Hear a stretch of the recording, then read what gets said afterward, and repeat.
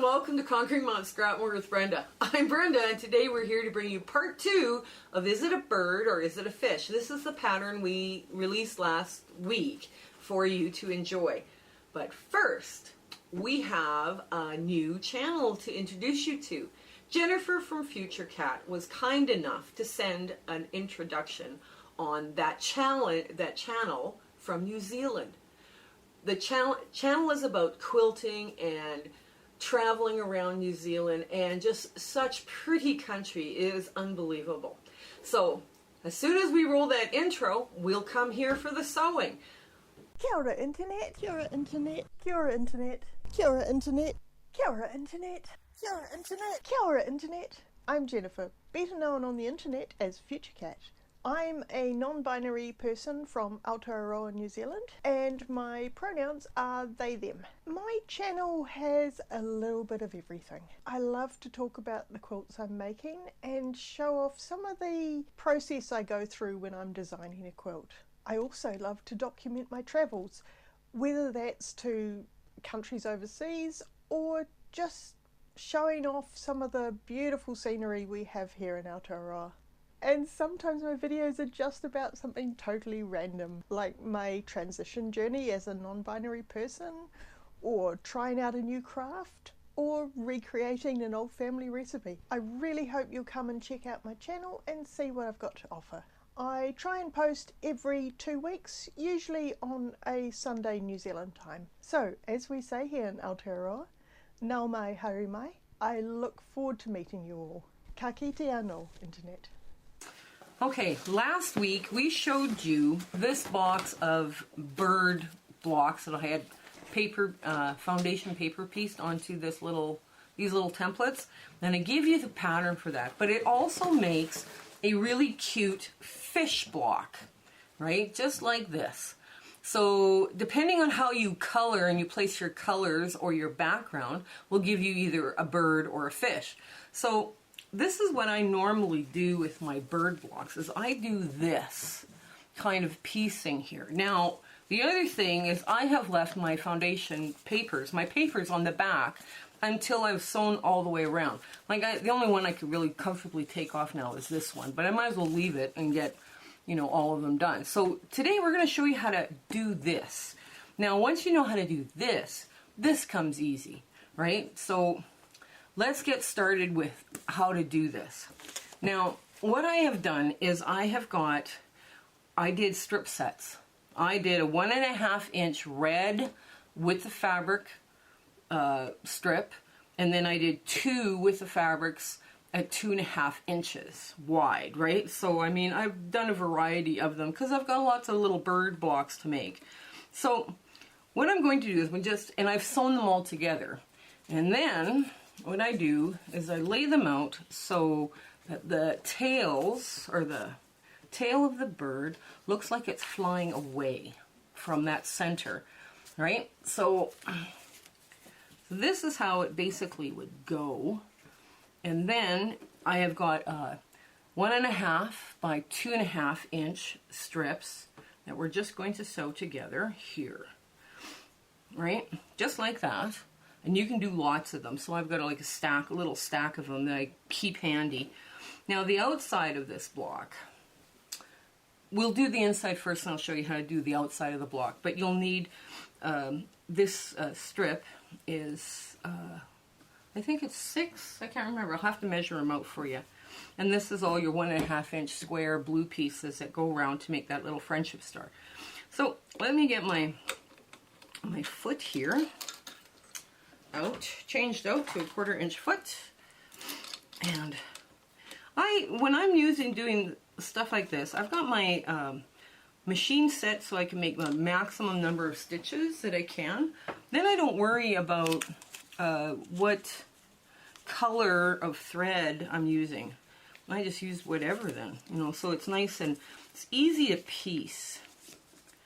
So I'm just going to put this down. Find my presser foot. Okay. There we go. And make sure everything's lined up.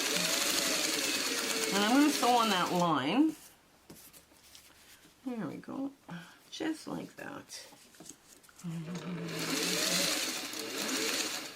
Now when I'm doing a bunch of these, what I'll do is I'll stack up a bunch and just, you know, run off a bunch with this side on, and then I'll run a bunch with the other side on. So then I just finger press this way out to this edge, just like that. So then I'm going to put these together. Okay. And I'm going to flip it over because I want to be able to see where I sew, because I need my sew line. Okay. And there. Oh, this looks a little scrappy and fun, and it'll be fine. It'll be lovely. Oops, I need to sew it like that. I know exactly where I'm sewing, where my stitches need to be. There, now. There we go.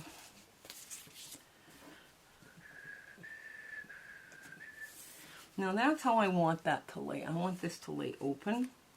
Okay, so what I'm going to do is I'm going to line up this edge and start it. Then make sure that that fits well in there.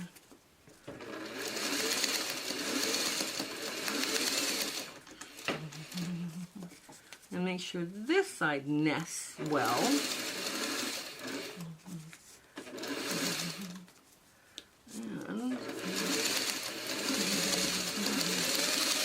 Okay, now, what I would do is I would just simply do another one of these. So I'm just going to run one through and it'll be fine. And just run it like this way. That'll kind of treat it like a leader ender. There. I'm going to do a bunch of them anyway. So now we just press it open like this. There. And we do this again.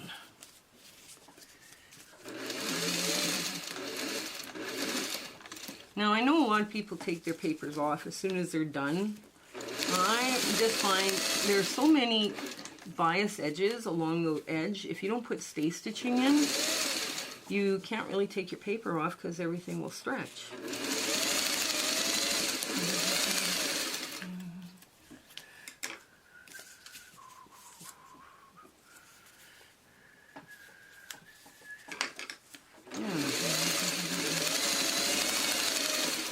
Okay, so here we are with this. That's what it looks like when it's all sewn down. I'll just give it a quick little finger press, and then we'll move on to making these larger blocks.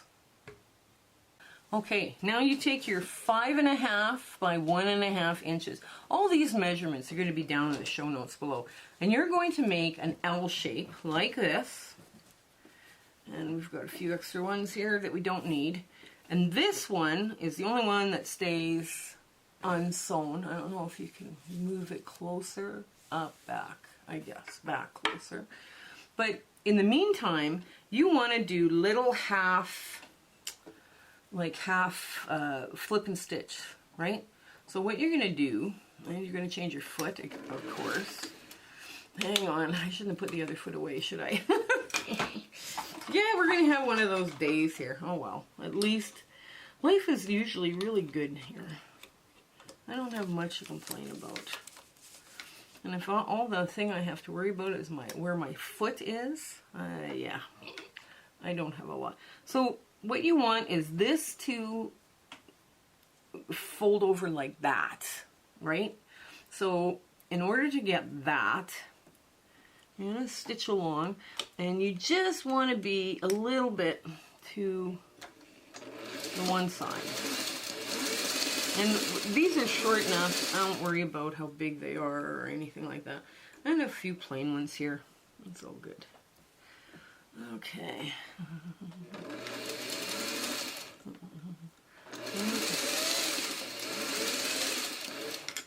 Okay, there we go.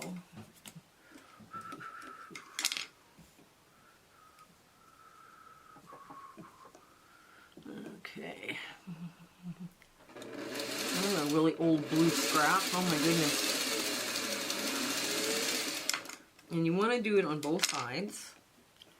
So, there we go. And you just flip them around like that.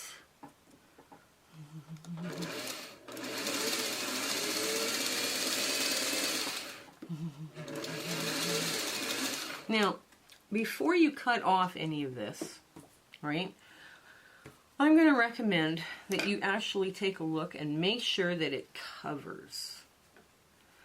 You know, if it's a little on the short side, just a tad on the short side, that's okay. I mean, this I throw away because this is too small. I can't do anything with that. My fingers are too big and too clunky to do anything. Just check it. Just take a quick check. Yeah, that's a good size. And if you have to pull it off and start over, you know, well, there could be worse things you could be doing today. Okay, so now we're just going to lay this down on here like so.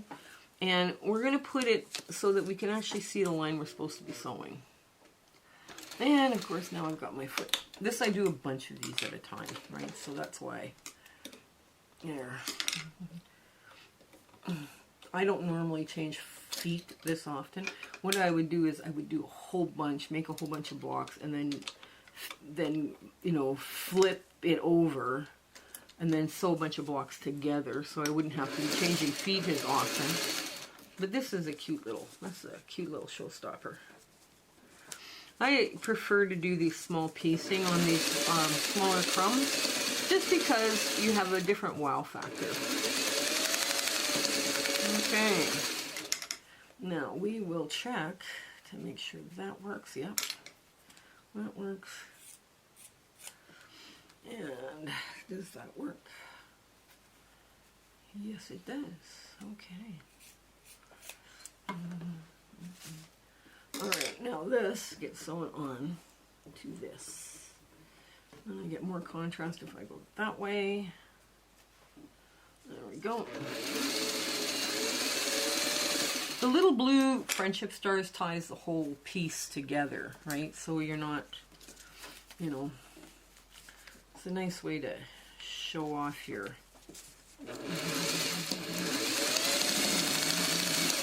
there. Show off your work. Okay, now what we're gonna do, I'm gonna take this, okay. Now I just finger press them over. And now I want to make sure that this is going to nest this way. So this gets forced out, so this one gets forced back, right? So now when you're nesting, you want to make sure that you get a good tight nest right at that corner, because you don't want to start losing your design. Okay, now the other thing, you can always start the other direction too if you need to. Let me just get this. This is not cooperating today. That's going to be one of those days with my hands. Okay, here we go. Yes. Here, get that under there. Yeah. Make sure it nests good. Okay, there it is. There we go. Now make sure this moves right to the edge, the end. And you always put, if one piece, you find one piece is just a tad longer, because your 1/4 inch might be out, or, you know, something might be, your foot might be wearing out. Okay, and I'll just grab another one of these and run it through real quick.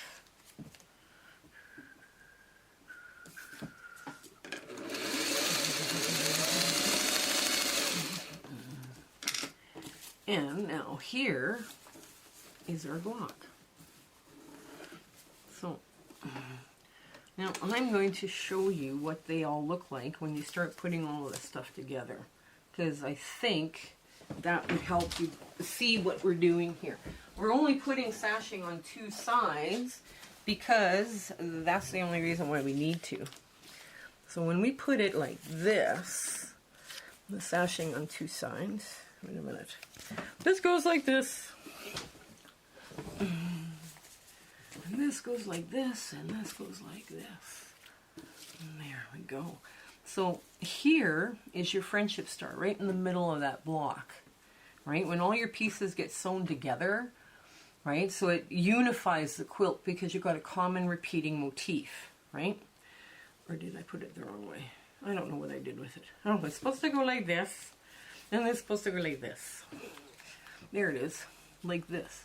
This is how you get your common your motif, right? Because you've got this little blue friendship star in the middle of all these blocks now, right? And this will carry forward through the entire quilt.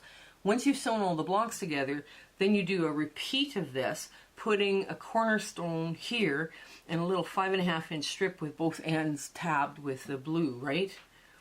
And it doesn't matter which way your friendship stars spin, as long as they all spin the same direction, it looks fabulous.